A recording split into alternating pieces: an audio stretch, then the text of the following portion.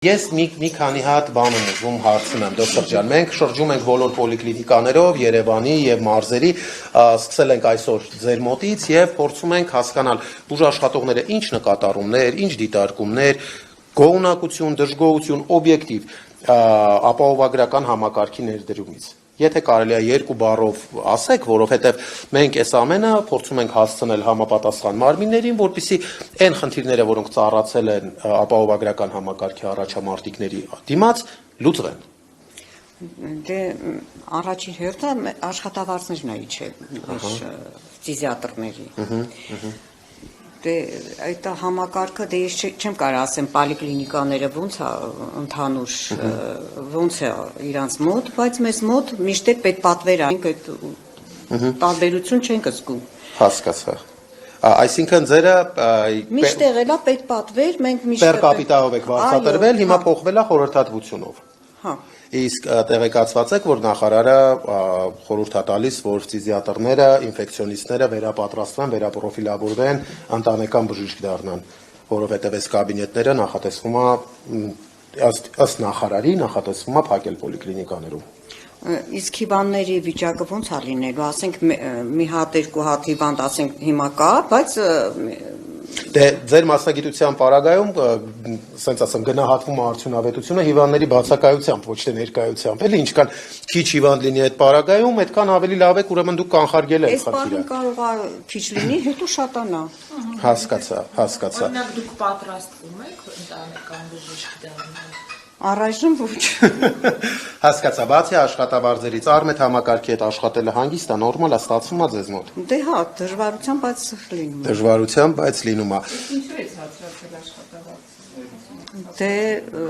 ըստ խորհրդատվության։ Վարձատրման ձևն է փոխվել։ Առաջ պոլիկլինիկաների թե նեղ մասնագետները, թե թերապևտները վարձատրվում էին ըստ, կներեք, չեմ ուզում այդ բառը սխալ մեկնաբանվի, ըստ գլխաքանակի, այսինքն ինչքան կցագրված բնակչություն կար, ամեն անձի համար ինքը ստանում էր գումար։ Այո, եւ մնացած ծառայությունները օրինակ գալիս էր այդ պացիենտը անվճար էր ստանում, այսինքն ինքը ոչ վճարում էր բժշկի ոչ այն։ Հիմա ապահովագրական համակարգի ներդրումից հետո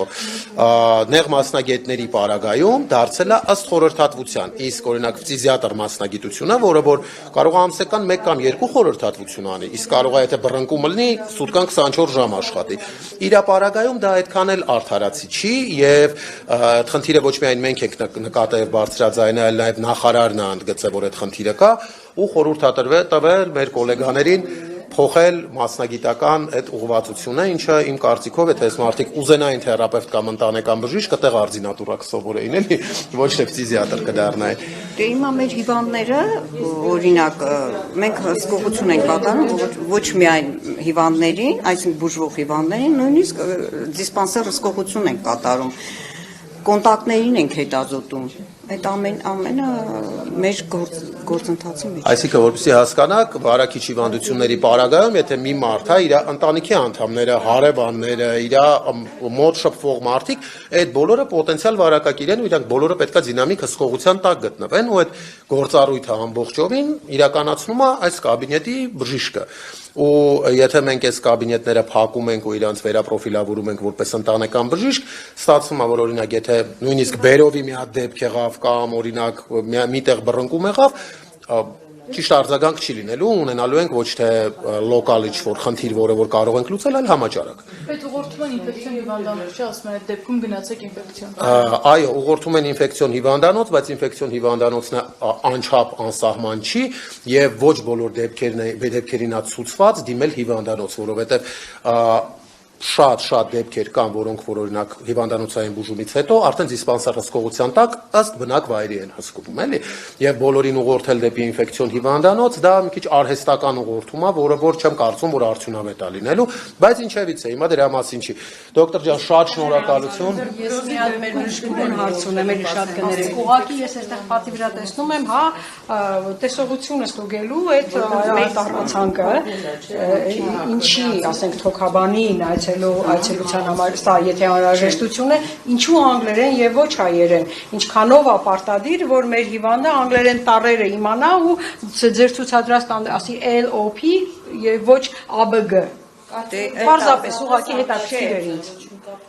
Ունի, եթե մեր հիվանդները բուժում են ստանում, որը կարող են ունենան տեսողության խանգարում, դե մենք ամեն ամիս ստուգում ենք իրանց։ Հասկացա։ Ինչու անգլերեն ոչ Դե մեզ մոտ սա է տվել։ Իսկ եթե ասենք մեր հիվանդը անգլերեն այբուբենը չգիտի։ Դուք պետք է Ոնց եք ճշտելու նրա ճիշտ տեսողությանը։ ուղղորդել ակնաբուժի կոնսուլտացիայի, ֆիզիատրների գործառույթի մեջ հիվանդի տեսողությունը ստուգելու գործառույթ չկա։ Պարզապես կարծում եմ դա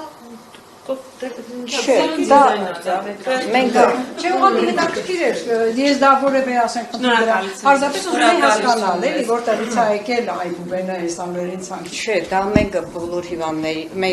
հիվանդների չէ, դեղակայուն հիվանդները, որոնք ստանում են դեղորայք, որը ազդում է աչքերի վրա, ու մենք ամիսը 1 ստուգում, իրանք ամենուր գալիս են դեղ են խմում, եւ ամիսը 1 Որ հեռավորությամբ եք այստեղ է։ Քանի մետր է։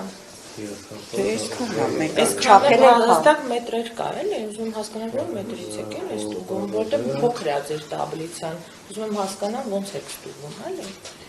Սա բերեք ծրել են, Պատասխանեք այդ հարցին։